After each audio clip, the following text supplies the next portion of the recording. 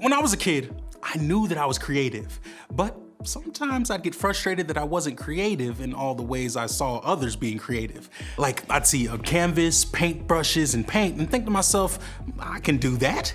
But then I'd start and anything that I tried to paint looked more like Picasso on a bad day than the beauty of Van Gogh's Starry Night. Yeah, I'm not very good at painting. And if you look at your kids, I bet at least a few of them feel the same way. They hate being on stage, they have no rhythm, can't play an instrument, or like me, can't draw very well. For whatever reason, many of us have been taught to think about creativity in terms of arts and crafts, music, and dance. But there's something about creativity that we all need to remember. We're not creative because of our talents. We're creative because that's how God made us. God designed each of us with a mind to think beyond ourselves and imagine the possibility for, well, anything. And it's our imagination that actually suggests that God really does exist. Our imagination suggests there is a creator who has designed each of us with a unique ability.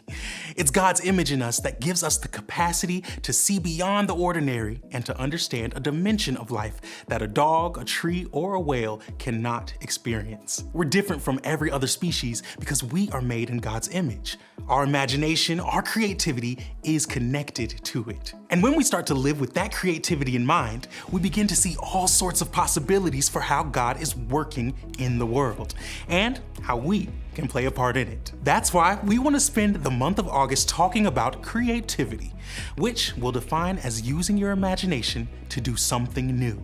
We hope to spark creativity this month by reminding every child how they can reflect God's creativity to the world when they put their imagination to work. In week 1, we go back to the very beginning. We'll see how God is the author of creation, from the tiniest molecule to the largest planet out in space and everything in between. God put it all into motion, and it's all amazingly creative. On top of that, people were created in God's image. We have a reflection of God's creativity within us and can use that creativity to join God in changing the world. Bottom line, God created you so you can be creative. In week 2, we'll take a look at something Paul wrote in Ephesians 2:10. It's also our memory verse for the month. We are God's creation. He created us to belong to Christ Jesus. Now we can do good works. Long ago, God prepared these works for us to do.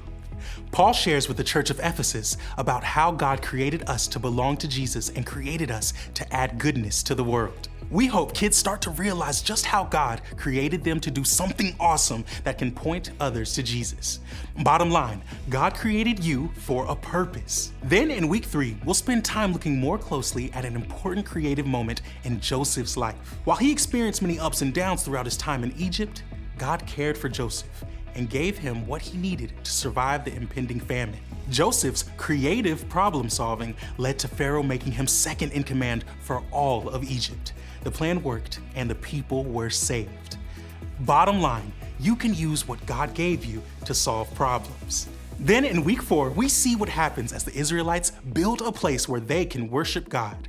Moses instructed God's people to build a beautiful traveling tabernacle as a place for God to dwell among them and for them to gather and worship God. God gifted all sorts of artists, wood and metal workers, and sewers to use their creative gifts to worship God. This is a great reminder that we can use how God made us creative to worship God too.